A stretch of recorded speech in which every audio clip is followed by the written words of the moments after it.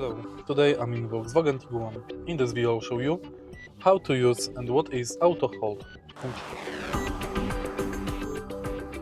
Hold in Volkswagen Tiguan is driver assistant feature that keeps the vehicle stationary after coming to complete stop, allowing driver to release the brake pedal without the car rolling, even on an incline. Depending on the model year, Autohold can be activated via physical button near the electronic parking brake or through infotainment system menu. When activated, bring the vehicle to a complete stop using brake pedal.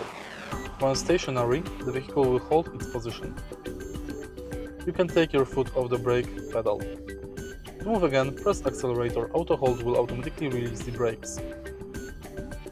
Take a look in the center of the car. Firstly, start driving and then press Autohold to enable this function. And that's basically it. If you find this video helpful, please leave like, comment and subscribe.